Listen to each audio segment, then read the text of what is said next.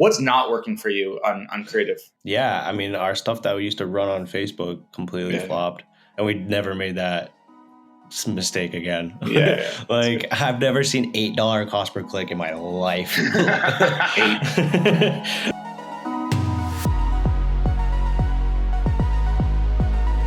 All right, folks, we're back. Super excited to be back. We're actually, I don't know if we're going to record next week or not, because we're all three going to be in Miami. Actually, we'll all be on the panel. We'll be speaking. It'll be awesome stuff. So we wanted to sneak in an episode for you. As you can see, sorry for the audio, but I am in the home office, so I don't have the crispy setup as always. But I'm with my boys, Cody and Ash, and we're going to dive deep into, Ash has been doing some really cool stuff that he's going to go over on the TikToks. And then Cody has also been doing some amazing stuff on the TikTok. So again, it'll be a little bit of a TikTok heavy episode, but there's just going to be tons of value in that, because that really is the channel right now that I think you can really scale up on. There's still a lot of underpricing in those ads, and there's no two better people to learn from. So Ash, let's start with you, kind of what you've been doing, and then Cody, you can drop some bombs. Yeah, so I think we've kind of all seen this like phase everyone's going through of like, yo, TikTok is the next thing, and it's a great platform. Obviously, the organic side is something that we have yet to kind of crack, but we're seeing really good results on the paid. With that being said, I think it still has some ways to go in terms of how far you can actually scale on the platform. I mean, if I could, I would move all my budget over. But it's just, I haven't been able to crack, getting past that like 5-6K a day and spend. Cody, I know you have. Similar, not much more. So yeah. So right now we're spending around 5K a day. The biggest thing I've seen is just that when we're running on TikTok, everything gets better. Facebook stats look better. Overall NCPA looks better. Even if like in platform on TikTok and like say like triples pixel, TikTok doesn't look like it's doing well, overall still performs better. And to Cody's point, view through, is so huge when it comes to this platform. What I've noticed is obviously creative fatigue is such a huge thing, right? People say that you got to swap out stuff like every 7 days. What I've seen, and I'm sure there's people out there like me where like if a video has like 2 million views, a ton of engagement, you don't want to give it up, right? So some of these videos we've just kind of let run, and like CPAs don't look great. Like CTRs are really low because it's super fatigued. CPCs are really high, but because I'm running it, everything still looks good, right? So like our NCPAs, our overall NCPAs are down. And the reason I'm thinking is because it's just social proof kind of going out there, right? It's just brand awareness. Yeah, you're kind of optimizing for, purchases, but in general, it's driving top of the funnel awareness, which kind of triggers down to everything else, Facebook and the other ads that we're running. So what I'm trying to do now, and Cody, you tell me, your opinion on this, but what I'm going to do now moving forward is all the ads that I've kind of left running for like 2, 3, 4 weeks that have super engagement, I'm going to repurpose them. And instead of running for like optimizing for purchases, I'm probably just going to optimize for like view content on a lower budget, just so I can kind of hit lower CPCs, get some traffic in there. But I just want that video to be playing and hitting. You've been talking to your like Facebook marketing expert or something? This actually came from our TikTok rep. So I'm gonna test it. I'm gonna test it on like a low budget, just to see like $250 a day, just some of the ads that have had like crazy engagement, while at the same time testing new stuff, right? So we just launched another product at top of the funnel for TikTok that we haven't been able to like kind of crack on Facebook, and it's crushing on TikTok. That's crazy. What's the product, if you don't mind saying? So yeah, it's our superfoods formula, right? 35 superfoods, 1 scoop. Is it like a greens powder? It's almost like a greens powder, but it's pink. Okay. Right. Okay. That's cool. That's cool. But yeah, why do you think on TikTok and not Facebook? So Facebook, I mean, it's tough to get the. Well, here's the other thing. We're already running 2 other products on Facebook, so I think adding a third into the mix kind of like it's too much. At least on TikTok, it kind of like it goes down its own alley per se versus like on Facebook, everything's kind of working together, you know? So if I'm running like our collagen protein on Facebook, our collagen fat burner is kind of supplementary to it, so that if somebody sees one ad for the protein, they'll see this. You can go either way, right? But with like when you start adding in superfoods, it's a completely different product, different like benefits. It kind of throws it off. So that's why I didn't see results there. I'm seeing it on TikTok now because I'm running protein and the superfoods. Okay. Superfoods is doing really well. So I'm going to start to scale that up. But basically what I'm seeing is the newer ads, man. I mean, like creative fatigue is real. Like you can like in platform, if you just keep launching new stuff every week, things get better and better and better. So what's your efficiency compared to Facebook? Better, worse? Yeah, same? better. Yeah, much better. Like CPAs are like really, really good. The thing is here's the thing. I think it's a little bit more volatile. Like you'll have a really, really good day, and then the next could be like, right? Yeah. But then again, that's reported, right? So it's reported on Triples Pixel, reported in platform. But like overall, day to day, things look great. And then like when we're not running TikTok, it just doesn't seem to be the overall efficiency doesn't seem to be there. But yeah, I mean, the only thing I really wanted to know, Cody, because I know you guys have a ton of videos that have like a ton of views and engagement. It's just like, are you guys kind of repurposing those, like, or are you just letting them go and just launching new stuff? Yeah, I'll share. So I'll just say first, like we're seeing very similar things. So we're spending like 6, maybe 7K a day right now. I've talked to some people that do like 15. That's like the highest I've heard. Jeez. I think it's probably two things. Talking to somebody at TikTok, it's probably some, again, I'm no expert, but some of the auction and how they kind of deliver ads and pace them. So I think they probably have some things to iron out there to get more scale and keep it profitable. And then I also think it's creative fatigue as well. Yeah, definitely things just drop off. It's kind of crazy. Like we'll launch something new, it'll work like insane efficiency, and it just dies off so quickly, a week or two. So it's really that. And one of the things that we're doing a lot of and finding a ton of success with is video replies. So most of our stuff is Spark. Almost everything is Spark video replies. It's killer, like everything. And you know, our stuff, we try to be very educational. But with that being said, it's hard to repurpose that. I guess you could, but like I don't exactly know what we would do. So that's kind of going to be our focus is figuring out content, how to get more life, but also or either new content or how to get more life, because it's like our ability to film, you know, is not we don't always have that. So we've got to be able to repurpose our assets like we do on Facebook. And so that's our big focus. So I let them run if I don't have anything else. Otherwise, you know, I'll launch something new and it'll just crush. It'll take over all the spend, but I got to get something new, you know, every week in there. But yeah, overall, like efficiency is better than Facebook to similar. It'll be really good one week, like better. We'll scale it and then it'll just drop fast. So I'm not like scaling as much as we go. I'm testing some more horizontal. So I have a broad. I have one. Everything is on ABO. I have a broad ad set. Which, you know, yeah, I've tested CBO. I haven't totally found it to allocate budget super well. So a broad recommended interest. No, I don't think so. So recommended interest, I would say they probably do similar. You know, one day broad will be better. The other day recommended interest will be better. What'll happen is Facebook will give, or TikTok will give you like 16 interests.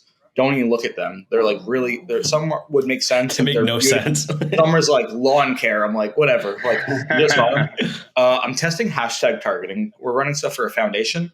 So I did a bunch of hashtag for a foundation. It's doing okay, not as well as the other stuff, but it's doing okay. And the other thing is, so this first recommended interest that we launched like months ago, it has a completely different set of recommended interests than if I was to go and create a new recommended interest ad set now. So I don't know the auction overlap there, like the audience overlap, but I'm running two different recommended interests and finding success with both of them. So that's kind of another way we're finding scale. But yeah, it's once you get something that works, you know, it's creative, it's landing page testing. Can definitely talk about, you know, landing pages that we're running. Once you find something, it's just refreshing the creative, I think. Yeah. For like, so you know how we were saying like creative fatigue is real on TikTok, right?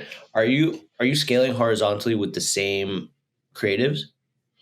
Yeah, same exact creative and everything. I mean, one of these I have like I probably have like two creatives in most ad sets. One of them I even have one. It's just because that's what our bandwidth is right now. That's all we have of new stuff. Fair. I'm not, even if I do leave the old stuff running, what happens is CPA goes up, click through rate goes way down, CPA goes up, but it just won't get spent compared to the new stuff. Right. So it doesn't even really matter if I keep it running. When you think?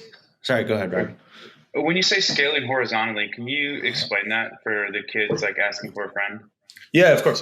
So vertical scaling would be you're just increasing budget on your existing ad sets. So you're just, usually we go 20%. I'll go 20% per day.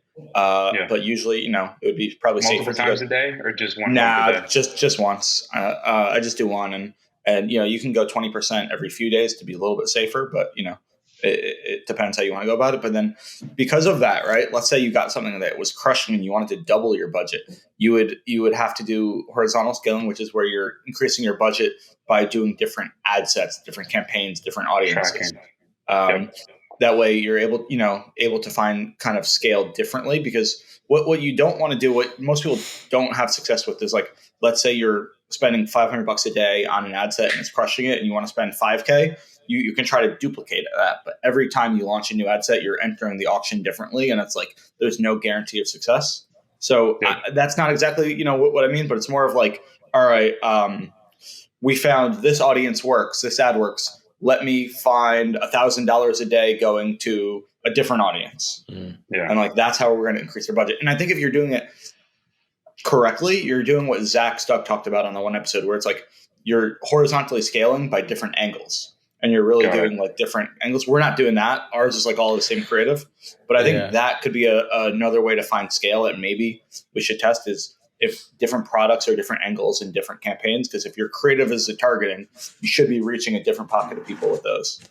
Yeah, I think that's where that's why I was gonna say, like, if you're scaling horizontally with the same ads, right? I feel like you'll hit that fatigue much quicker, just because like there's more budget going towards it. For sure. Which is why, like, we're scaling, like you said, horizontally, one with another product, and then within the products itself, another angle. And then, we'll try and get like 4 videos a week where we just keep dropping them in, but they're new ad sets. And like, if the previous ad sets are still working, then we just let them run. Mm-hmm. So we're just continuously building on the budget until the earlier ones kind of just drop off. What is working for you on the audience side, targeting? So broad for sure. Okay. And then I took your suggestion on the recommended interest. That works. Those do well. They do very well, but I feel like I can't scale past a certain daily budget. Which is fair. Have you tested like manual interest, like picking just kind of a few interests manually? I haven't in a while. I think it was. I just leave it to broad now. Like I don't have time to like go and see what is available. I just broad, let it rip, and then Have you tested hashtag targeting? No, not yet. That's the thing I gotta test. Yeah, I think that would be interesting for you, especially right if you're thinking angles and you're thinking, collagen, weight loss. Have an ad set for weight loss, and have obviously weight loss hooks in there, and then have a hair loss or whatever it is. That could be an interesting way to get horizontal scale for you. Yeah, no, I agree. Yeah, no, I mean, right now it's like just pumping out creative. Like literally, I don't know if I told you guys, but we literally rented out the space next to us and just made it a studio. And no way. Yeah, we got like backdrops to like make it look like a kitchen almost. I'm gonna come over there and check that out, because I want to build out. We're moving our office and we're keeping, and I want to build out a studio. So I want to see what you guys do. Yeah, dude, we need it, honestly, because like that's where we'll, I want to start doing these from there. I want to, do like product photography in there. TikToks, that's it. Like put a little espresso, get like some flowers and shit, make it look nice.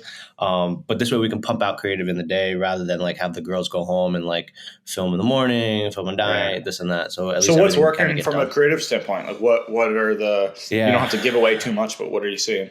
No, I mean, you guys, here's the thing. Everything can be found, right? It's all on our TikTok page. You'll see which videos have the most views, and those are probably our Spark ads. But we're seeing like really cool angles, like TikTok made me buy it, unboxing, 3 reasons why I'm taking this, how I went from this to this. Unboxing with like a voiceover? Yeah, so like the girls, what they'll do is like they'll show like our pretty pink box, show up at the door. They go and pick it up. They open it up, make the shake, try it, talk about the benefits. Another good one that's crushing is us going to, and this is I think this is a really good strategy for people that have retail presence. Is go and shop at the store that you can find it. So we have a video of us going to a vitamin shop, be like, hey, things that TikTok made me buy that are worth the money. I just went to Vitamin Shop, picked up Avi Super Collagen Protein. It's great for hair, skin, and nails, blah, blah, blah. You take it home, make a shake. The whole thing's great. Not only I want are to do you that. I want to do one promoting, in our store. you should, because then You not guys have a only store are now? you, We got one in Montclair, yeah. One in our town. Oh, that's cool. I want to try that. Yeah. That'd be a cool one. It also it doesn't look like an ad, right? I've seen some ads that are in stores or in like, trade shows. That totally looks organic. Yeah. But the thing is, you send it to your website, right? Regardless, at the end of the ad, you go and shop on the website. If they buy, great. But then you have exposure of whatever store you're trying to promote being like, well, they have that. I can go there and get it too. So it's good for, and also like our online partners too. Like we're on rideaid.com. So like we'll do a video of things I found on rideaid.com. And then obviously we'll still send it to Avi, but like subconsciously it's like, hey, well, I can also get it there if I shop there. Yeah. So, and I can get it the same day or what have you. Exactly. Yeah. You doing any? Go ahead, Cody. You doing any Spark ads or not? All Spark ads. All Spark. Okay. Cool. Yeah. Just I want to retain that engagement. That's the thing, because if I start moving stuff around, but it's Spark from Obvi though. It's not Spark from like yeah. Okay. Yeah. So we tried that. So one of the girls made a TikTok account, just like her regular personal account. And you tried running an ad from there. I mean, it no difference, to be honest. Okay. Yeah. Okay. It was only one test. I'm sure it might do better. Like I'm sure, like when you work with creators, right, and they kind of, give up their authorization to run from their account. I'm sure that does well, right? Whitelisting. Yeah, we just haven't really tried it as much yet. Okay. Yeah, obviously it's still about the creative. It's like whitelisting or Spark ads are not like a magic, hack. Like the creative still has to be good, but I like it. I hear you usually see higher CPMs on Spark ads for whatever reason. So that's to keep in mind. But I'm a big fan of Spark ads on TikTok. Yeah. But video replies, if you're not doing video replies, dude, do you know what I mean by that? That's the thing. I wanted to ask you, right? Yeah. Explain that actually, Cody, because I don't know what that means. Is it in the comments or like a duet, or like what do you mean by that? Yeah, so when somebody comments on a TikTok video, right, it's got to be an organic video. You can reply to it, and when you reply to it, you can leave a video reply. So it comes up with this, box of copy at the top of it. That's the person's question. Yep. And so 2 reasons why I think it works super well. So I think you can only do it for Spark Ad. I mean, I guess you could download it, and then re-upload it like into Ads Manager. First of all, it looks very native. It's something that's very native to the platform. Secondly, so again, like even when I've seen TikTok Spark Ads that do that, I watch them. It doesn't feel like an ad. And then also it's another place to put a headline. You essentially put your problem, your hook in there a little bit. And that's another way to grab people's attention if people scan it. So we've had a ton of success doing that. How do you are you picking and choosing which questions to answer? Because like for me, somebody answering a question about the original video or product, does that still work at top of the funnel? Because it's like you don't necessarily have context to what they're talking about, but like I guess you kind of go into it. Like how have you seen that work at top of the funnel?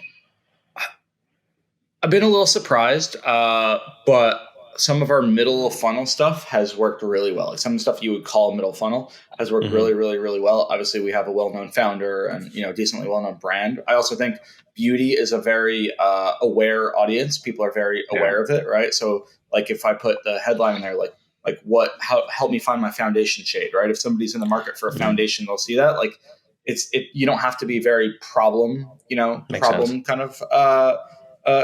Started. So I will say that, but also I will say you can still do, so I wouldn't just like exclude, I would still test middle funnel stuff, but you can also probably find some top of funnel stuff. And I probably shouldn't say this publicly, but you can also have somebody on your team I was just leave going a to ask you comment. this. If you look, I was just going to ask you, like, if you look at some of our ads and some of our organic posts, you might find a recognizable name leaving a comment. Don't cancel me, but I think somebody already posted it, didn't they? Did they out you already?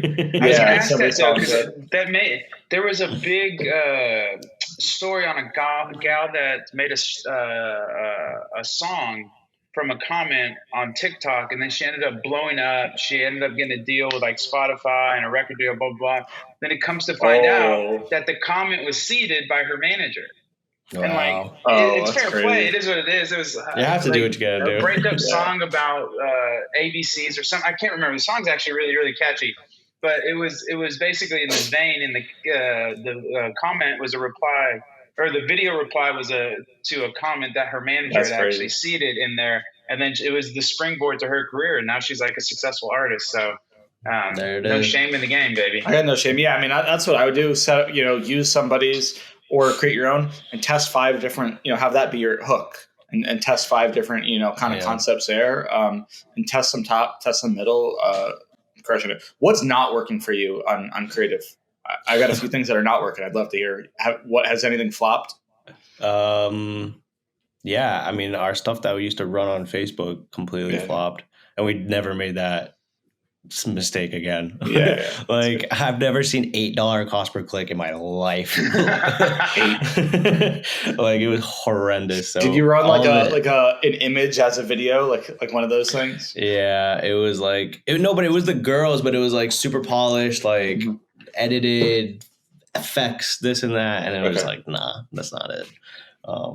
But yeah, I mean, I would just like, I honestly, that's all we've kind of tested is just. I mean, maybe certain angles have like performed less than others, but I've always tried to just be like, we're only putting up ads that are filmed from your phone. Like that's it. Okay. Yeah. We've had some success with some studio stuff, which has been really surprising to me. What has flopped? This might be a little controversial, but really anything working with, not anything, but a lot of working with like UGC content creators has just performed terribly. And like some of the well-known ones, definitely on Twitter, have just performed absolutely terribly. And like they just have. And it's like, I don't know if other people are finding success with these same people, but like the click-through rates are terrible. The watch times are absolutely garbage. And to me, it's like people call themselves a content creator, but like they're just ads. Everybody says make TikToks, not ads. But just because you're filming it on your phone and you're putting TikTok captions in, it's still such an ad. It's just like, do you struggle with this? Well, I was too. And it's so cheesy and scripted. And I think people are at least personally, when I see something like that, I just flip right by it, And I think if you're actually going to work with content creators, making TikToks, not ads, you have to make stuff that is more native to TikTok, which means it's not just a hard sell. There's education. All of our successful ads have been educational. Helping people find the shade, helping people, break down some objections, not just reading a list of features and benefits off of the PDP. That's kind of I think what we've seen has worked and hasn't worked. So we're going to be very careful about working with content creators in the future, trying to work with people who actually know the products and love the products. I actually think that's really important for getting an authentic piece of content, and then also trying to make sure things are like not just an ad, but there's a different angle and component out there. Makes sense. No, I think the problem is that a lot of these, like, I don't want to say it's a problem, but like I think these guys who are UGC creators don't see the other end of it, like the advertising, the data, what's kind of like working and whatnot. So I think it's also up to us as marketers to kind of brief as well as we can. Right. So like if somebody's kind of like, hey, I want to do a video for you. Great. Like here's 2-3 videos that have performed really well in the past. Here's a brief for it. Make it work. Right. I think that's where the direction has to come from. But otherwise, like there can't be a disconnect between the two. Otherwise, like you're kind of just like, shooting in the dark. But I agree. Some creators are definitely naturally just better than others, just because some are more comfortable in front of the camera. They can talk and enunciate and things like that. So, definitely agree there, dude. Are you, Ash? Did you guys ever sign on with Bounty? I did not. No. Okay, dude, you guys. I kind of wanted to see. Yeah. How is that doing for you? So we had our first video go viral. So full transparency, wow. I'm an investor in it, so I just want to kind of get that out there. But it's this app that essentially customers can get paid. That's why they call it a bounty to post on TikTok, right? So they'll get like cash back and they'll get paid. So they can kind of sign up either on the PDP or the thank you page. And then there's an app you can log in and you can see all this stuff, and you pay on a CPM basis. So it's crazy. I think they're in beta now. There might be a wait list. But you pay on a CPM basis, and you only pay for the first certain percentage of views. So they'll get paid. They're incentivized because they'll get paid more depending on how well the video does and the reach.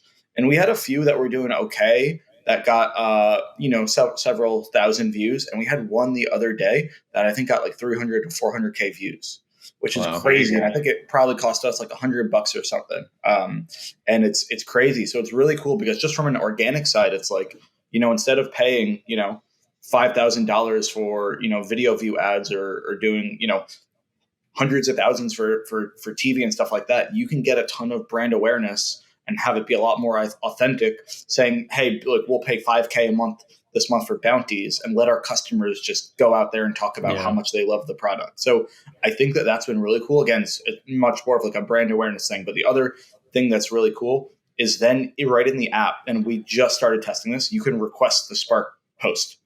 And it'll literally, the creator, the customer, and not even the creator, will get a text saying, hey, want to make $100? Just copy and paste this code and send it to us, and we'll send you $100. So we just got 2 of them back. We paid, I think we offered $100 for one, maybe 200 for the other one.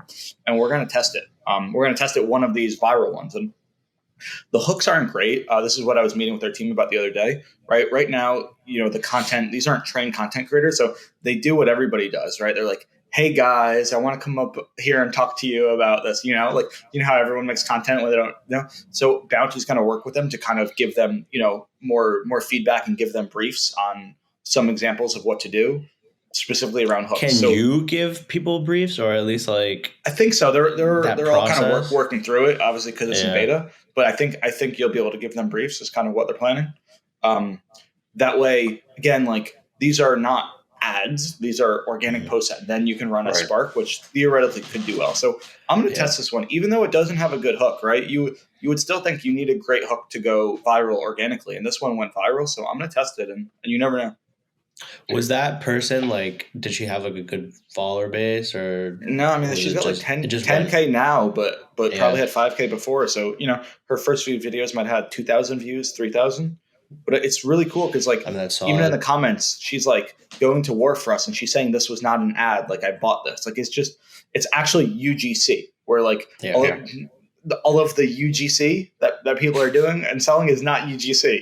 And I guess that's my only point. Is like, I think real UGC really matters. Like, if you get, even like we paid a kind of an influencer to make some Facebook videos and like did a testimonial video.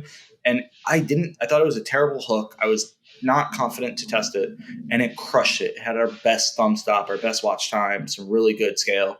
And it's because the authenticity really showed through. Mm-hmm. And even though she didn't have the best hook in the world, like it was so authentic. And if you guys I haven't done a lot of podcast ads, but what everybody talks about is like getting a good read is the most important thing. And the more genuine and authentic it is, the better.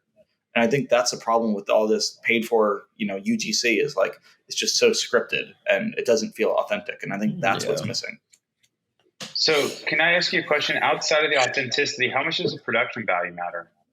Like lighting, like camera, like audio, like does it matter at all? Or does that make sense what I'm saying? So like, obviously you want the authenticity, you want the sincerity, but when I used to run my agency, we had like 3 amazing testimonials that were like super authentic, everything, like it couldn't have been better, but they were in like this fucking basement dungeon.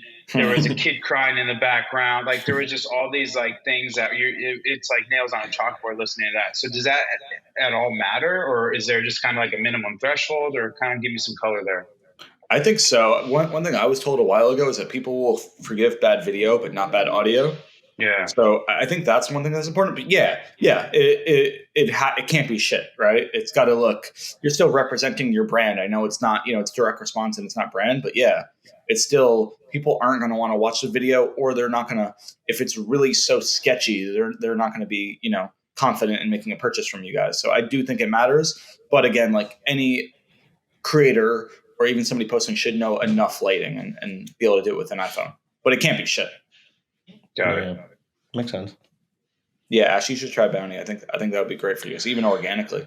Yeah, I think the biggest thing. Community. I think the biggest thing was which I think they now added, right, which is just showing it on checkout or after checkout. You should be able to do that. I didn't want to do it on the front end. Same here.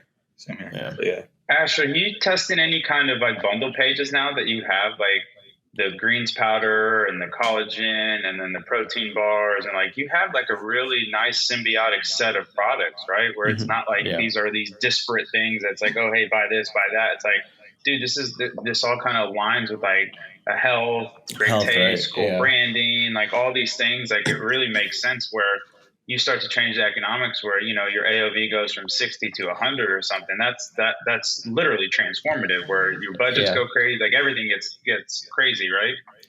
Yeah. So there's one thing that we're testing this week, which was, so we're launching, I don't know if you guys are familiar with this company. It's called iHerb. They do a lot of international supplements. I think I know it. Yeah. They're really big for international. Obviously we want to support them with advertising and stuff.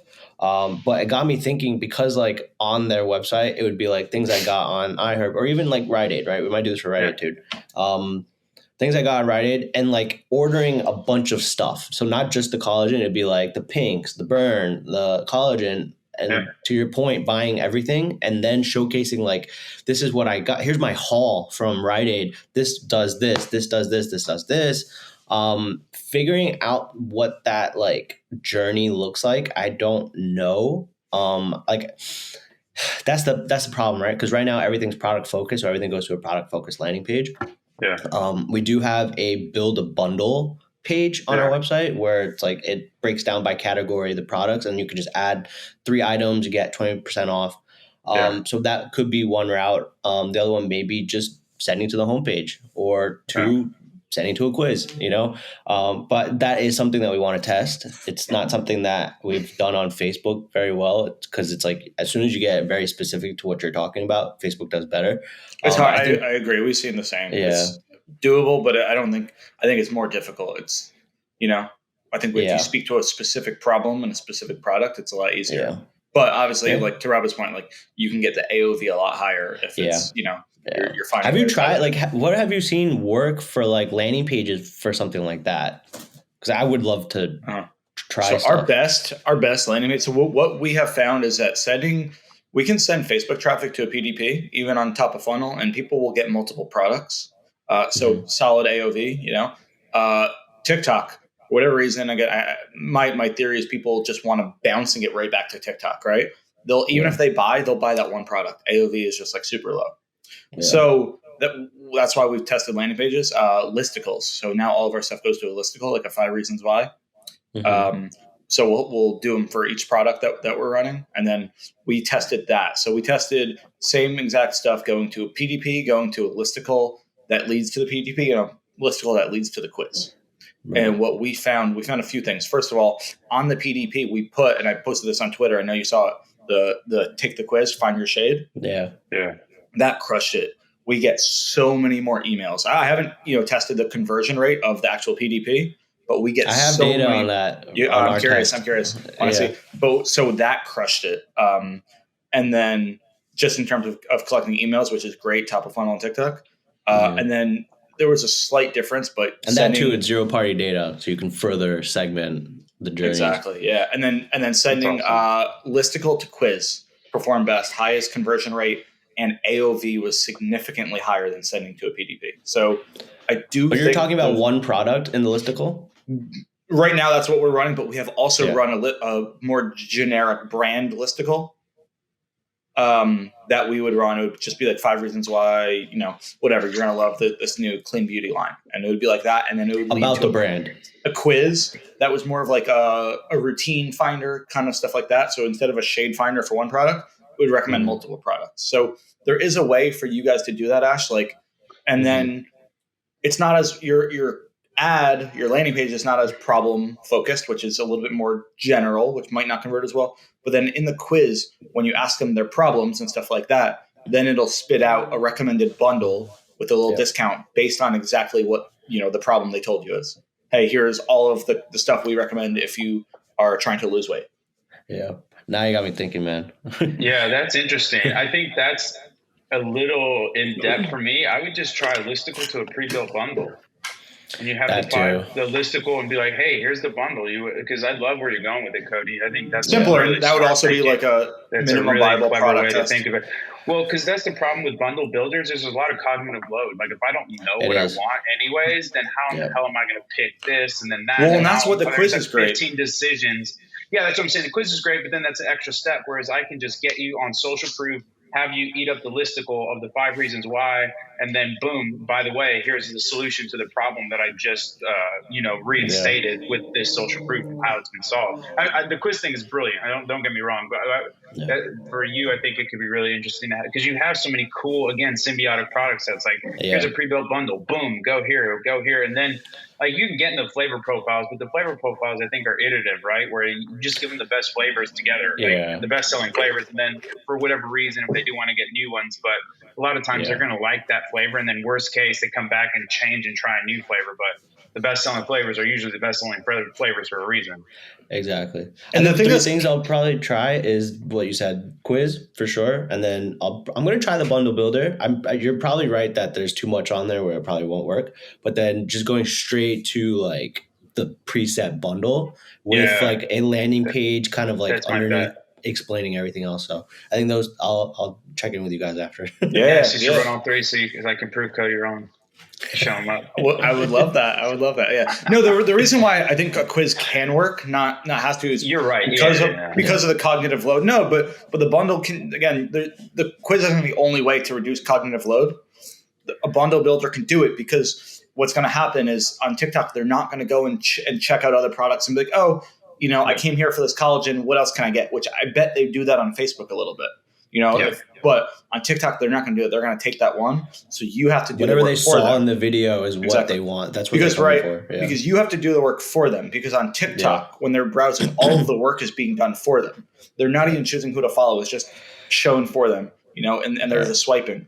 The quiz does that. All they're doing is hitting some buttons, and then you're literally taking all the cognitive load away, to use Robert's phrase, and you're literally saying, "Hey, based on what you told me, this is what I recommend," and that gives them confidence in what to buy. No, we see it all the time too. Like specific videos that do well, like if it's a flavor, like specific, like peanut butter cups, right? If that is the flavor in the video, that is what sells, even though you have 5 other flavors. So it's like, it's cool. Versus Facebook, it's like different, right? Yeah, exactly. They buy whatever. But this is where it's like you can pull a lever and it's like, well, if Ron goes, hey, we have too much of this flavor, then boom, we'll just make a TikTok with that flavor and it'll go out the door. So that's where I think TikTok is cool, because there's so many things you can kind of do to obviously fix not issues in your business, but like if you need to move certain inventory, I think it's easier to do it on TikTok than Facebook.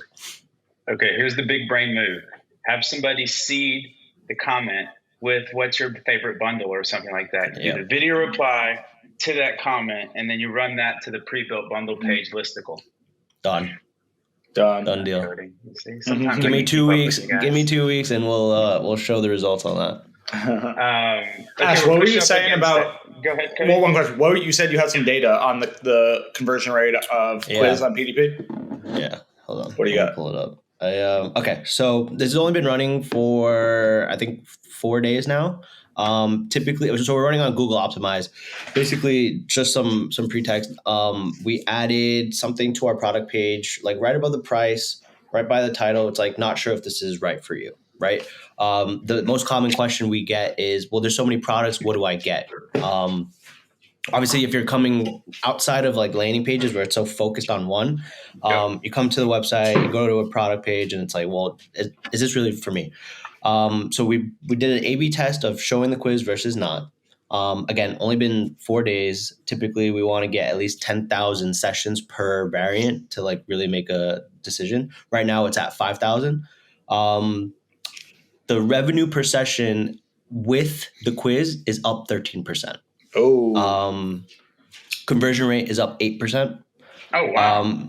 AOV is almost the same. It was $75 versus $72, which is could be fair. Slightly up on the quiz or slightly up on the other one? Slightly up on the quiz. Yeah. Okay. That's I would have thought AOV is up. I wouldn't have been surprised if conversion rate was down, but I'm also not surprised it was up. But I definitely would have thought AOV. Everything was up across all the statistics. Fantastic. That's dope.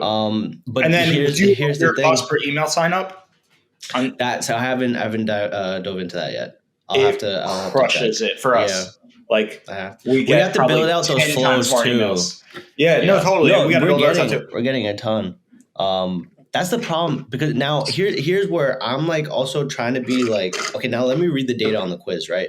I duplicated our quiz 3 times, right? So like I have one on the homepage, one on the nav, and then one on the product page, so I can get different stats. I did a A/B test between the one in the nav and like the homepage, where I removed certain like dropout points where like, I removed phone number, right? Just so that it just clears it up. And it increased completion by like, the completion with the phone number was 72%. Without phone number was 80%. But they were still giving their emails. That's about what we're at. We don't get phone number. Yeah. Do you guys require the phone number or just give the option to put it in? No, it said no thanks, right? But people just drop off. And like there's certain questions, which is really cool, which is why I really like Octane, is that you can see on each question where people are dropping off. Yeah. So I was looking this morning, there's a question that asks people like, what do you like to do? Like, what do you do on a day-to-day basis? Where there was heavy drop off. And it's like, okay, well, let's just remove that question because we don't necessarily need it, but it could have been good for us later down the line for that. Like if you want to segment based on that, but like all I have to do is remove that and our completion probably goes up by like a ton more. Right. That's dope. Yeah, you start testing that stuff. Check out, like, look at in Triple Out your like cost per email sign up and email conversion rate if you're sending any traffic to PDPs. It's pretty crazy just by adding that, right? Like you go from like a $70 cost per email to like a $10 cost per email, even cheaper on TikTok. Those numbers sound great though. That's fantastic. No, our quiz revenue was 10% of total revenue yesterday. Which is crazy. Let's go, kids. Let's go. Shout out Ben Parr. Come on. Yeah. That was the first I've seen that. Like before when it was just on the homepage, but it was kind of further down, it didn't really like make a dent. But now adding it to the nav where a lot of our customers go and on the PDP, I mean, 10% is crazy. And our conversion rate overall this week was up. So, I mean, it has to be doing something. It's incredible. All right, boys, let's wrap this up. Cody, tell the people how they can get involved with Jones Road. How can they get involved with you, your newsletter? And then Ash, you'll wrap it up. Yeah, we are hiring a lot of positions. If I can plug those real quick. Project manager, like a marketing project manager, affiliate marketing manager, always like videographer, video editor, social coordinator, copywriter, really anything you can think of, just hit me up. Email me at cody@jonesroadbeauty.com. I'm on Twitter at CodyPloff, and then sign up for the newsletter. Link in bio, but it's codyploffgrid.com/newsletter. And if you're going to be in Miami for Geek Out, say what's up. Let's go. Drop the job recs in Narwhal Nation on the job board there. We'll do. Thank you. And then you're also on Mentor Pass if you want to buy some of Cody's time. Go to mentorpass.com. Appreciate that. I'm on Twitter. Follow me. It just hit 10K, which is finally. Let's go, kids. Excited about that. Let's go, kids. Follow me on Twitter, Ashri Mawani. If you need some collagen, myavi.com, or go to your nearest vitamin shop. And proud to announce I am now also on Mentor Pass with the two of you guys. So if you ever feel like you need some of my time, anything marketing related, paid related, I'm on there. Link is in my bio on Twitter, and that's it from me. Beautiful. Thank you, boys. If you guys want to get more involved in Triple Whale, let's try triplewhale.com. We have a sensational newsletter. It goes out every Tuesday, Thursday called Whale Mail. Subscribe right on our Twitter bio at Triple Whale. I'll be hosting a panel with these beautiful gentlemen at Miami, as well as giving a little talk on some data. And then I'm also on Mentor Pass. So if you want me to be able to afford more of these fun little sneakers you see back here, go buy some of my time. 100% of the proceeds will go to my sneakers. Fellas, thanks so much. Super excited to see you in Miami. I was really jelly of that picture, but you look great. look fantastic. Thanks again so much for your time.